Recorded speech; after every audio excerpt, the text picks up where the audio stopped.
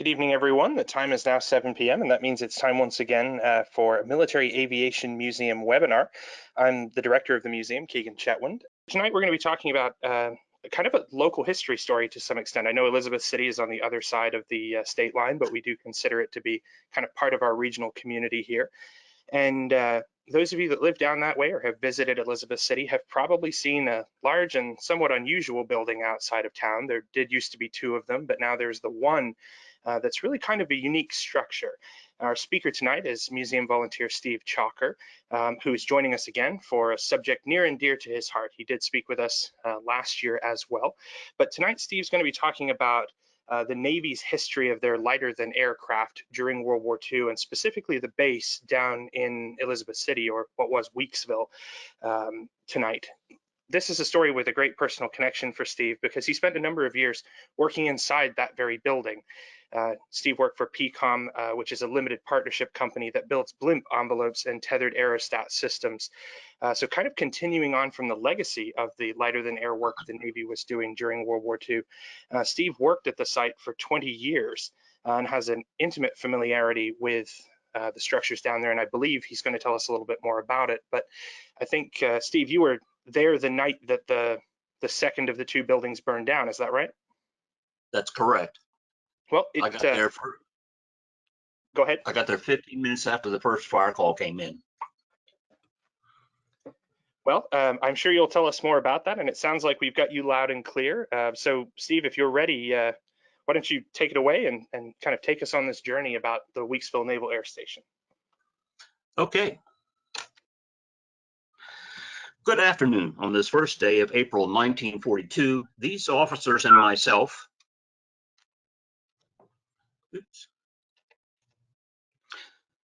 Rear Admiral Manly H. Simmons, Commandant of the 5th Naval District, welcome you here on the occasion of the commissioning of Weeksville Naval Air Station, lighter than air. This new base is the first lighter than air facility to be constructed since 1921, and the first of many more planned to be built. Flying overhead is the first of these ships to be based here. Our worst menace on the Atlantic seaboard at the present time is the activity of Axis submarines. The fact that they are attacking our oil tankers so successfully means that they are hitting our country in a very vital spot. It must be realized that the submarine is the most efficient undercover destruction machine man has ever invented. With the progress of inventions pertaining to underwater listening devices, it has finally developed that a submarine can torpedo her prey without ever coming to the surface or without ever being seen by the human eye. This efficiency of development will, of course, work against us in our Atlantic coast shipping, just as it works for us in the case of the Japanese shipping that we destroyed. As a consequence of the submarine's efficiency, we are forced to maintain constant vigilance in the air and on the surface. We must combat these submarines from the air and from the surface. With these words, Admiral Simmons set into operation Weeksville Naval Air Station. And while he was speaking that afternoon, Axis submarines sank 3 of our ships off the Outer Banks of North Carolina. But the story starts earlier. In 1940, the Navy Department considered the construction of a lighter-than-air base to provide coverage of the U.S. and the naval presence at Hampton Roads. A board was formed to select a site, and the actual inspection of prospective sites started on the 1st of December, 1940. 5 days later, after consideration of 43 sites in 14 locations in northeastern North Carolina, a site was selected at the junction of the New Begun Creek and the Pasquotank River outside of Elizabeth City. The actual construction was not started until August 6, 1941, when the contractor, J.A. Jones Construction of Charlotte, North Carolina, began clearing timber on the 765 acres of land. This timber netted approximately 600,000 board feet of lumber that was used in the construction of the buildings on the base. The contract called for a hangar constructed of steel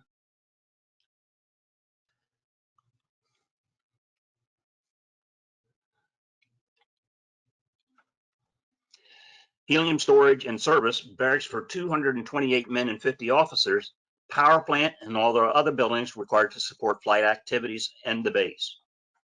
In July 1942, an addendum to the contract was let to add a second hangar to be constructed of wood to conserve the strategic resource of steel, plus the additional housing and building to support more personnel. At its completion, the base, now called Weeksville Naval Air Station, to avoid confusion with the Elizabeth City Coast Guard base, had increased in size to 822 acres, 10 miles of railroad tracks, hangar space for 12 of the Navy's K-type blimps, housing for 700 enlisted men, including women, the Navy's waves, and 150 officers. The base was commissioned on April 1st, 1942, with the actual operations starting on June 8th.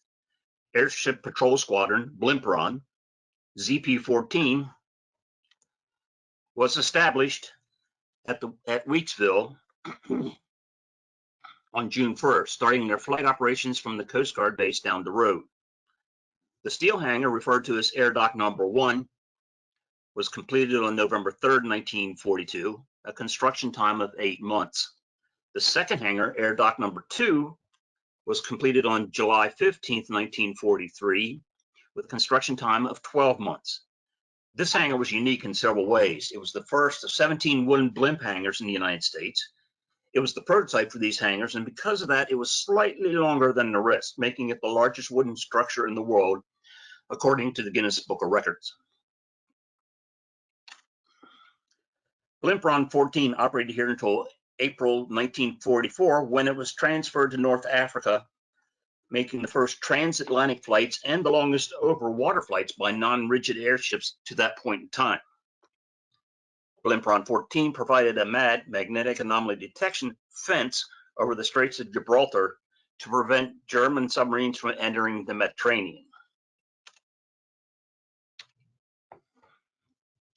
In addition, they were found to be extremely effective in searching for German mines, plotting them for Allied mine sweepers. One other task they performed was the escort of the U.S. Navy ship carrying President Roosevelt to and from the Tehran Conference in February of 1945. Blimpron 14 was initially replaced by Blimpron 12 Detachment 4 from Lakehurst, New Jersey. This became the nucleus of a new squadron, Blimpron 24. This patrol squadron operated from Weeksville until 1946, at which time it was decommissioned. I'm not sure that I want this guy fixing my breakfast or lunch or dinner, but that's how they served meals on the blimps.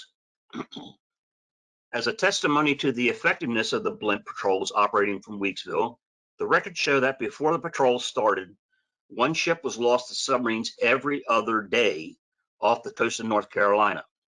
After the blimp patrols started, the losses dropped to one ship every 2.5 months, and these ships were lost when the blimps were not flying escort. And as an addendum to that, I found this morning this little bit of information. It says, during the course of the war, U.S. Navy blimps provided cover to an estimated 89,000 convoy vessels. Only one ship under the protection of naval dirigibles was ever sunk by a U-boat, an oil tanker named the Pistone.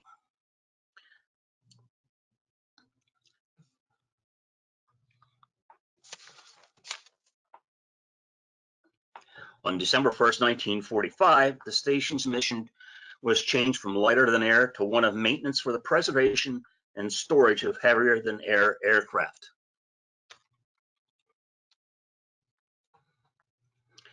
This coincided in vehicles. This coincided with the change of its name from a naval air station to a naval air facility. This chapter in Weeksville's life had 700 aircraft and 2,200 vehicles stored on the facility.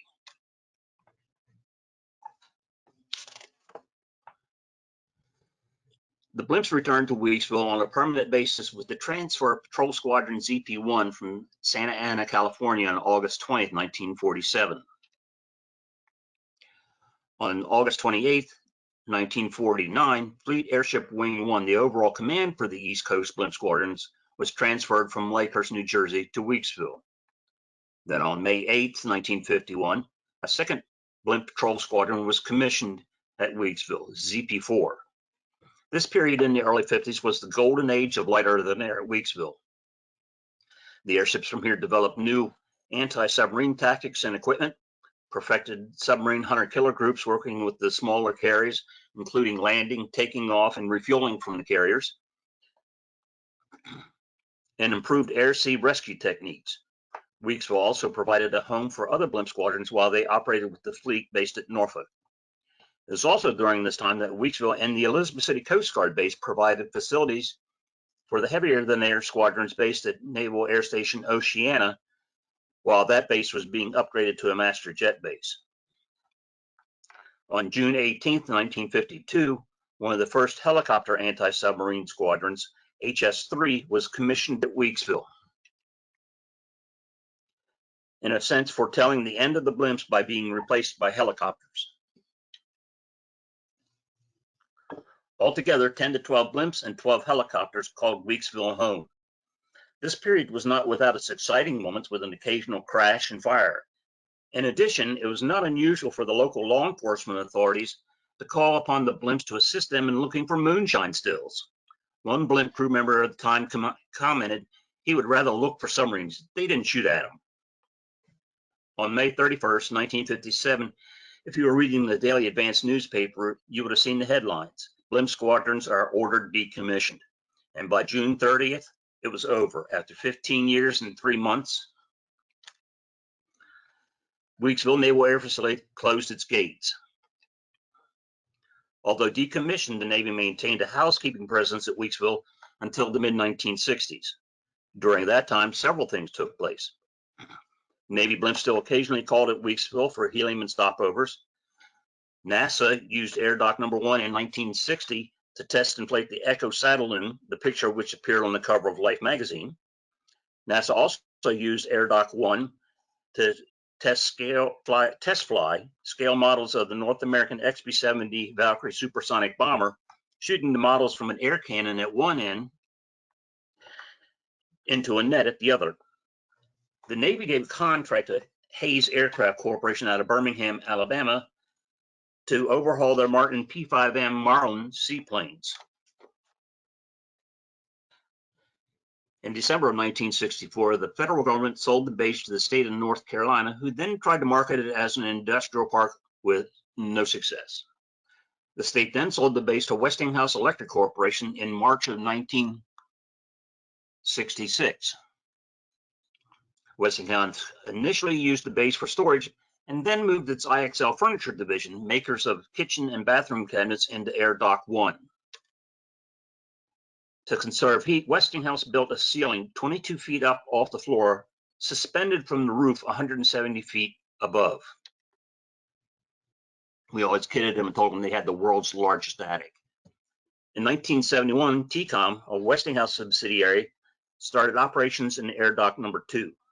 TCOM is a manufacturer of tethered aerostat systems, unmanned, unpowered balloons tethered to the ground, carrying airborne radar and camera systems, and blimp envelopes.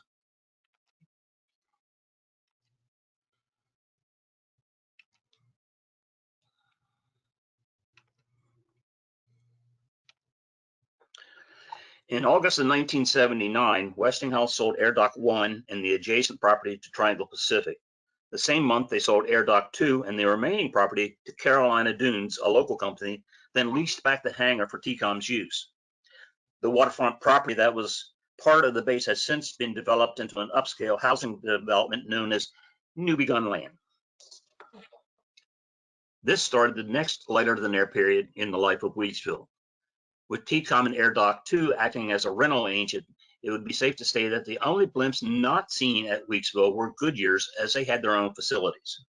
Several companies maintained offices in Air Dock 2, the best known being Westinghouse Airship Incorporated, builders of the then largest airship in the world, the 222-foot-long Sentinel 1000.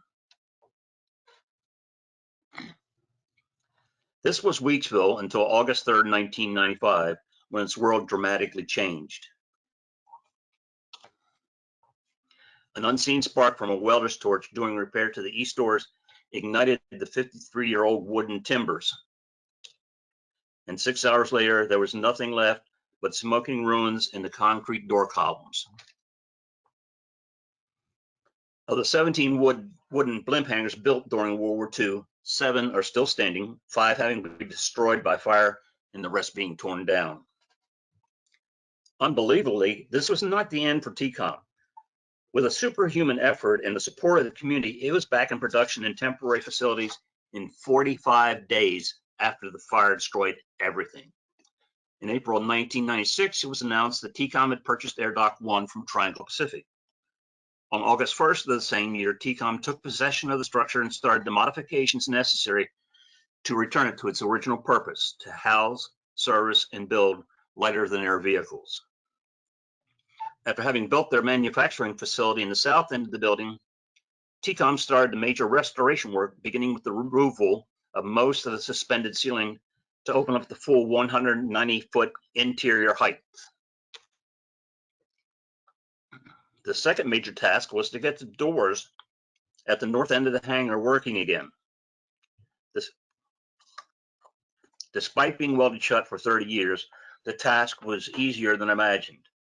The original operating system installed in 1942 consisted of 4 25-horsepower electric motors on each door.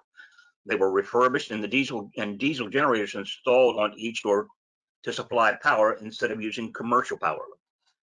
An interesting note, when they operated on commercial power, they would have to call the city of Elizabeth City to put another generator online, and they could only open one door at a time on the entire base. Otherwise, they would brown out Elizabeth City. With the diesel generators, the doors can be opened or closed simultaneously in 15 minutes. The doors opened for the first time on May 21st, 1997, and 2 days later, the first airship in 40 years entered the air dock. The interesting thing about this is the Fuji ship was 200 foot long. The right-hand door was only open 3/4 of the way. You can see that the ship came in sideways with room to spare. The outside has been repaired and recoated so it looks like it did in the 50s. Notice I said 50s. The original coating was black, conserving aluminum, which would have been used to make it silver colored. After World War II, the Navy recoated it with aluminum-based coating that has continued to this day. One of the special things about this air dock is that there were only 2 like it built in the country. The other was in South Wayne, Massachusetts, and that air dock was torn down in the 60s, leaving the one at Weeksville, the only one of its kind. In the years since 1996, the activity at the old air dock has steadily increased, with more and more blimps being built in service there. And with it, so has TCOM's activity with the building of various size tethered aerostats from 50 feet long to 384 feet long. Another area that has been active for TCOM is the building of prototype envelopes for other companies, such as Lockheed Martin, Sky, NASA, and Raytheon. In 2016, the U.S. Navy decided to get back in the blimp business and leased a blimp to experiment with. In the Weeksville air dock, history was repeated. Here are some of the more colorful blimps that were built or passed through Weeksville. MetLife Snoopy 1 and Snoopy 2 blimps. My favorite Fujifilm. And no, it's not JATO assisted. It's just dust from the vectoring ducted fans. Pink Floyd's The Division Bell. Another blimp, Pink Floyd blimp. The Rolling Stones blimp. Now, the envelopes on this blimp here is translucent, and it has several lights installed inside the envelope so they could turn on at night and the whole thing lit up. I don't know if I'd want to be outside walking around in a certain condition and look up and see that flying overhead. Kroger, Atlanta Police Department, AmeriQuest Soaring Dreams, Budweiser, Budweiser again, Wind Creek Casino and Hotel. And this shows several of the stages in the inflation of a blimp. The envelope's laid out. You can see that 3 out of the 4 fins are attached, and they've started pumping helium in it, as noticed by the bubble in the front there. The second one is bubble has increased, and the third picture there is the blimp fully inflated. Another one of my favorites, the Despicable Me Minion blimp. Monster.com, and SeaWorld Shamu. In closing, here's a story from my daughter who lives in Greenville, North Carolina. A friend of hers was asked to officiate at a high school football game here in Elizabeth City. As he is driving up from Greenville, the Fuji blimp was returning to the air dock and passed overhead. His reaction? Damn, they take their high school football seriously in Elizabeth City. As us helium heads would say, have a wonderful, lighter than air day. Steve, thank you for that trip down memory lane and that opportunity to see inside that just cavernous and enormous building. We've got a host of questions coming in. Some of them are about the lighter than air program in general. One of the first that's been asked relates to, the Navy had kind of not a great history with lighter than air ships going into the Second World War with their interwar experiences. What kind of brought about the K-class blimps? What brought those aircraft to the East Coast? What was the Navy kind of seeking to get out of them, and were they overall considered more successful? They were extremely successful. What you're referring to with the Navy's problems was with their rigid airships. Okay, the K ships were blimps, non-rigid, and they were just easier to deal with. Of course, they were a lot smaller. The K ship was 252 foot long compared to 800, 900 foot long Macon and Akron and Shenandoah and Los Angeles.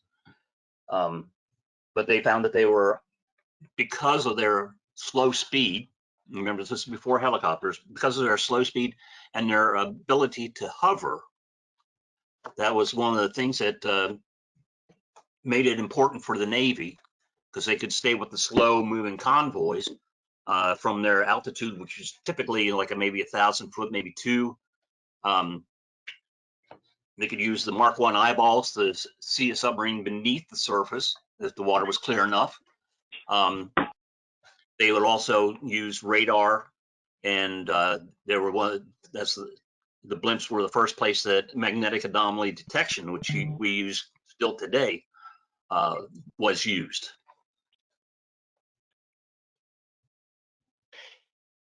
Steve, how long could they stay airborne? I know you kind of touched on it briefly with a picture of a gentleman who didn't appear to be all too thrilled about being made to cook in the galley on board.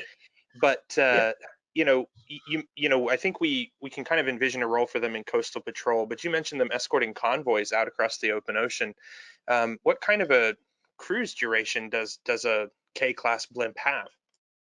The K-class had a cruise duration of 24 to 36 hours, depending on winds and things of that nature. But yeah, typically they escorted the convoys transiting up and down the East Coast. They also there was blimp bases that protected convoys in the Gulf of Mexico, and later on there were blimp stations down the East Coast of South America, protecting convoys. So they had endurance.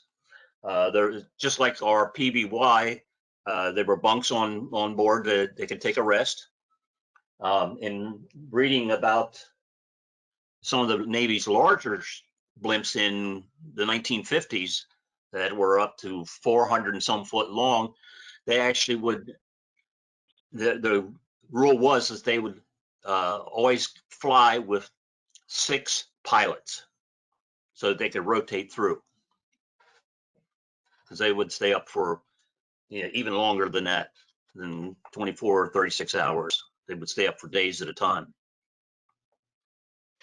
We've got a couple more questions coming in that kind of build on that. What was the operational crew size for the K-class blimp?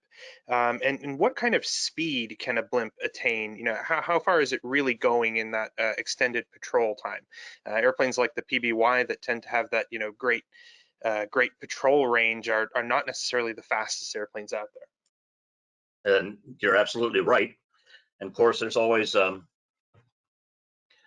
variables in that, like, are you going with the wind or against the wind? I've seen cases where blimps from Elizabeth City, you know, went out over the ocean. They were coming back and they were hit with a headwind, and they basically just sat there in the air. I mean, they finally just turned around and went on further down the beach to where there was you know, no breeze blowing them back.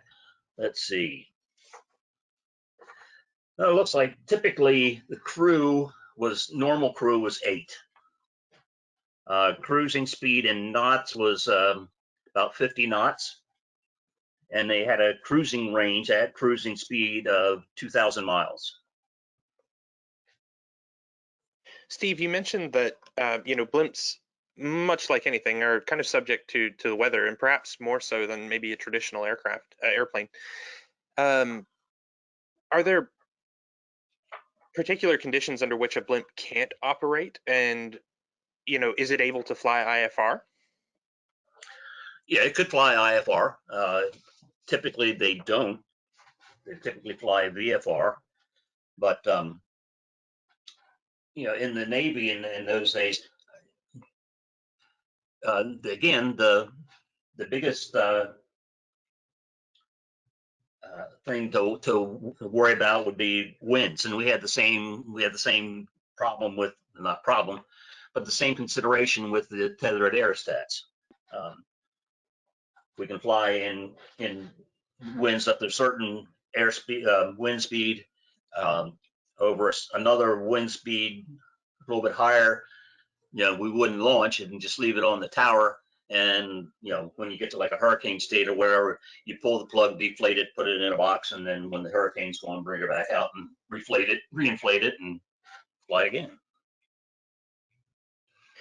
When the blimps were in combat during the war, did they mount weapons, or were they simply up there to kind of locate the U-boats, radio their location to airplanes or surface vessels?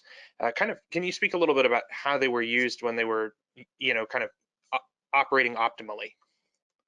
Okay, yes, they were armed, surprisingly enough. They had a 50 caliber machine gun turret in the nose of the control car. And they could carry up to 4 250-pound depth charges. So yes, they could, and in a lot of cases did attack suspected submarines. That's an interesting thing. If you officially talk to the Navy, the blimps never sank a submarine, and that was the reason that they said they never sank a submarine was, for some reason, the airships had to have photographic proof that the submarine was sunk. Well, that's kind of hard to get when the submarine's below the water and you drop a depth charge and it goes down. So the official record said they never sank a submarine. The unofficial records, like I showed you the other day, they have sunk several. Now there was one blimp that was shot down by a German U-boat in off of Florida, in the Gulf of Mexico. I think that answered one of the follow-on questions that people are now asking, which is blimps don't move all that fast. They seem like large targets. They probably would be easily victim to anti-aircraft fire. So it sounds like one having been lost off of Florida kind of proves that point to some extent. But it also raises another question, which is blimps were used extensively kind of across the eastern seaboard. Can you talk a little bit about the location of the bases on the East Coast, and were blimps used on the West Coast in the same way that they were on the East Coast? Yes, there was blimp bases on the East Coast. The furthest one north was South Weymouth, Massachusetts. Then was Lakehurst, New Jersey. Then here at Weeksville, Glencoe, Georgia, and Richmond, Florida. There were bases on the Gulf course. There was on the Gulf Coast, Houma, Louisiana, and there was one in Texas, and the name escapes me at the moment. And then there was also ones that are on the West Coast, Santa Ana, outside of San Diego, Sunnyvale, Moffett Field by San Francisco, and then Tillamook, Oregon. Obviously, there was more activity with the East Coast bases because the Japanese submarines didn't really do a whole lot on the West Coast. Now, this brings up an interesting subject, and that is the blimp that got shot down had mechanical problems, and she couldn't get away, and consequently the submarine with its 20mm cannons and others could sit there and just hose it down. What most people don't realize when they think of a blimp, they think of like sticking a needle on a party balloon. However, that couldn't be further from the truth. A party balloon is considered a high pressure envelope. The blimps, they are low pressure, extremely low pressure. We measure it in inches of water column, which translate their normal operating pressure is like 0.0098 psi, which is, you put a little, what's the size of a 50 caliber bullet? I mean, it's, you put one hole in it, or you put a series of holes in it. It's not really you're going to start leaking helium. That's no big deal because helium always wants to go up anyway. So it's, in the top of the envelope. So it was not a serious thing. I like to say, the company I work for, TCOM, we built tethered aerostats. Tethered aerostats were used in Afghanistan, Iraq, Kuwait, and they would typically, come down with holes in them. You just put a patch on it, pump some more gas in it, and off you go. Now, here's an interesting little tidbit. If you talk to a blimp pilot, they'll tell you the city they hated to fly around the most was Atlanta, Georgia. And the reason for that, they would take more gunshot hits around Atlanta than anywhere else in the country. These crazy backwoods boys think that, let's blow up that big old balloon up there. Well, no, it doesn't work. And it's interestingly enough, in the one series of airships, you have to weight and ballast the blimp just like you'd do a plane. Well, the ballast compartment is for the lead shot bags is under the pilot's seat. So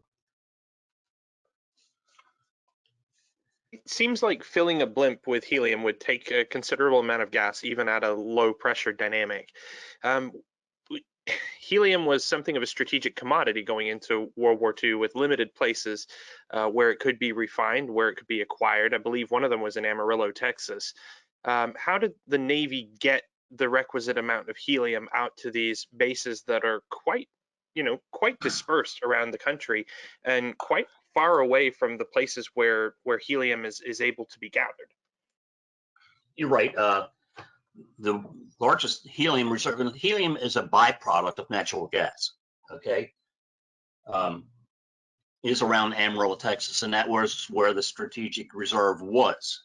Okay, the government has since sold off that reserve, so the price of helium's going up.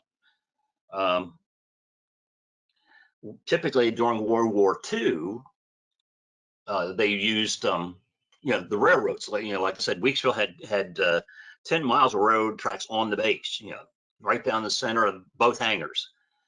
And that's how they would get the helium. Now, the base is also, I don't know if you noticed in any of the pictures, but there's this big round sphere sitting outside of each hangar that was called a Horton Sphere, and that contained 1 million cubic feet of helium. So they would pump it in there, or they had rows and rows and rows and rows of what we call K bottles, with helium in it. Now today,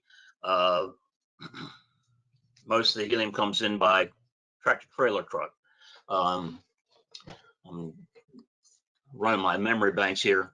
A typical trailer load of helium comes in about 180 to 190,000 cubic feet of helium on the truck at 3,500 psi.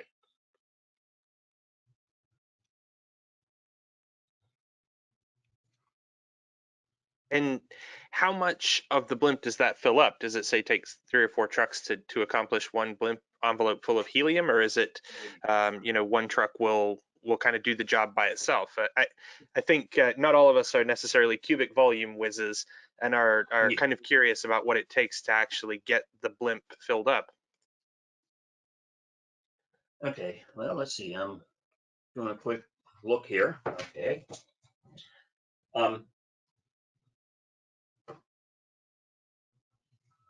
The typical K ship, and this is a later model one, had a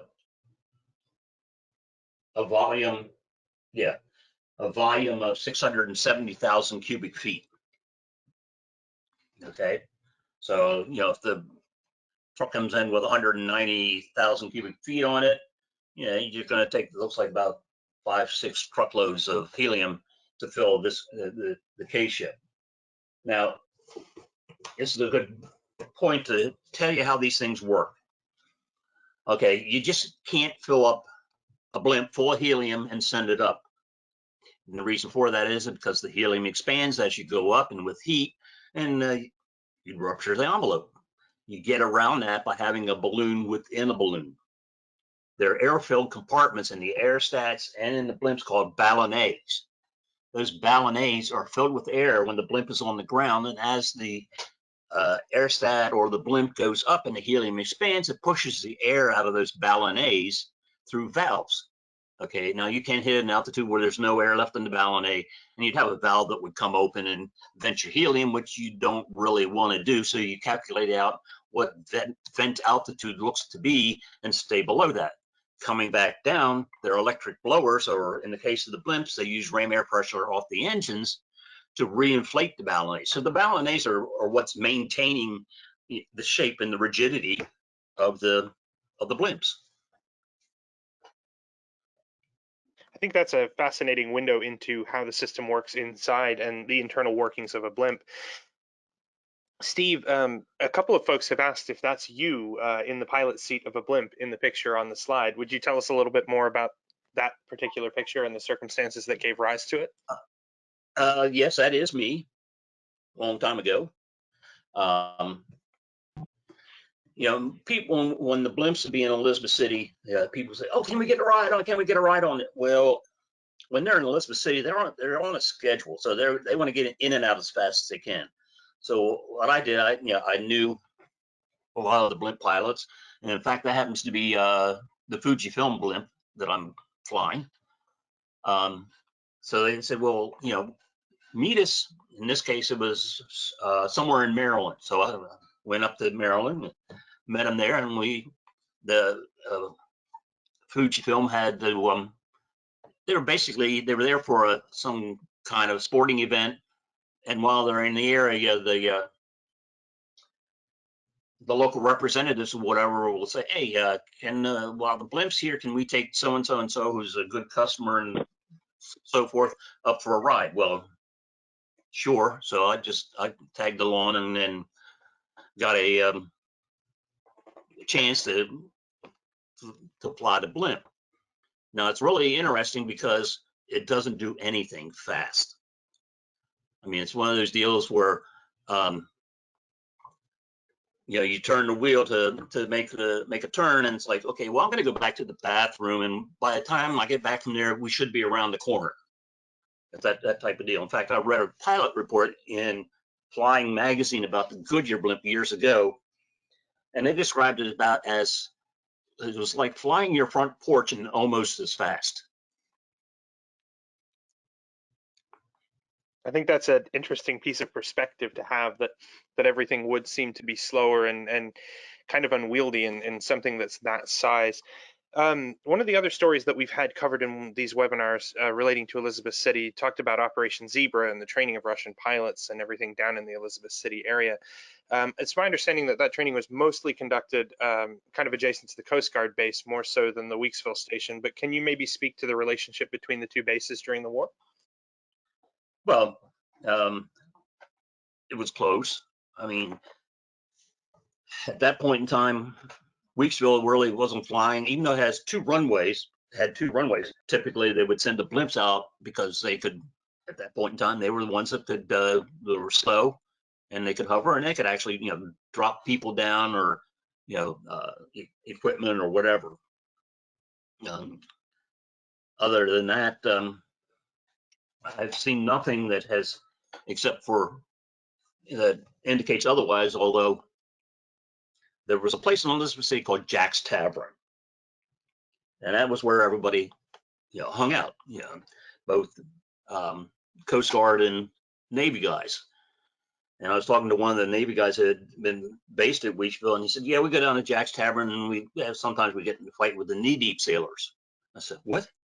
The knee-deep sailors, the Coast Guard. Oh, okay. So other than that, I'd say there was a good working relationship. That's interesting to have that perspective on two significant bases in the same community. The K-class blimps were built by Goodyear. Goodyear did go on to develop M-class blimps during the war, and they have kind of an interesting connection to a story we tell here at the museum with our Cub. Were M classes ever brought to Elizabeth City? Did they ever operate there? Is there any relationship to the liaison aircraft that were launched from those M class blimps to the Weeksville story? Actually, I think you're talking about the M class. The M class was what Glimpy was dropped from. The N classes were a little bit bigger, the man ships. They didn't operate from Weeksville. They were actually after Weeksville came around after Weeksville was closed. But I do have records that show that one or more stopped in for a helium top off. But not, and maybe it'll remain overnight, but it wasn't based there or anything. We just had the K ships and its later variants at Weeksville. There have been a couple questions about whether or not we tell the story of the blimps here at the museum, and what we were just kind of touching on was we do have a J3 Cub here at the museum that shares the story of Glimpies, which were small liaison aircraft that were launched from those M-class blimps during the war. They weren't necessarily used extensively operationally, but it is still a very interesting story. One of the things we're working on here at the museum is actually a Battle of the Atlantic exhibit that we hope to debut later in the year that is going to address basically the complex of bases and operations that were installed here in the region to actually protect the Chesapeake Bay, and Weeksville will be one of those bases.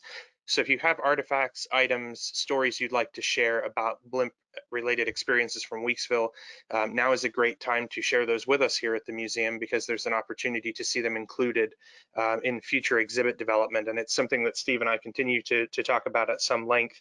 We'll also be looking at, of course, the land-based aircraft, the amphibious aircraft, even the Civil Air Patrol units that were on the Eastern Shore here in Virginia, that were basically all geared around protecting the Chesapeake Bay, which was a nexus for not just naval traffic, but also a stopping off point for convoys and so on. Steve, before we wrap it up here this evening, we've had a couple of questions about where it is possible to see a Navy blimp.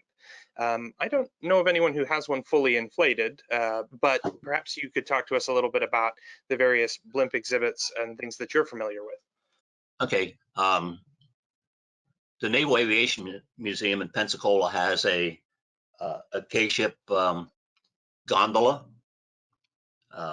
It's hanging from the ceiling, but they have like a balcony that you're right at the gondola level, and it's they've taken like the side of it off so you can see what's happening inside. There is one other at the New England Air Museum. They have they have restored one also. And other than that, I know there is the gondola for one of the big NAN ships, the ZB3Ws. Last time I saw it, it was at Pensacola, but I think I heard or read somewhere that it might have been moved out to Pima Air Museum. So there may be, several more gondolas around non-restored, but there's no more on display that I'm aware of. Steve, you had mentioned that the wooden hangar had burned down. Are there pieces of it still remaining standing down there in Elizabeth City? Yes, there is. The concrete door columns are still standing. They are extremely, it would take a massive amount of explosives to bring each one down because they are that strong. And like I say, we aren't the owners. It's a local company that owns it, and they decided to leave the column standing, and the floor space of inside is just being used for stone, dirt, and whatever storage. But that's about it as far as what's remaining of Dock 2. It's certainly an interesting story to hear more about these tremendously large buildings. I think, even after traveling to Elizabeth City and kind of posting up on the side of the road to take a look at that hangar that does remain down there, the remaining air dock, I didn't realize how many blimps could fit inside it. It's just a tremendously large space. So thank you for giving us all a peek inside those buildings, Steve. We certainly appreciate it. I can tell it's a passion for you in addition to being, your job for the past 20 years. So we certainly appreciate you taking us kind of behind the scenes into the facility and its operations today as well. Well, you're very welcome. It's like you say, it's a fascinating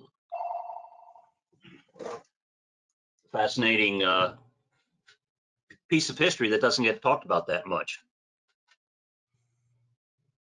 Well, hopefully these webinars are doing some of the work to demystify some of these more unusual subjects, and we'll continue to keep a great local focus mixed into the kind of larger narratives of the war that we're exploring throughout the season.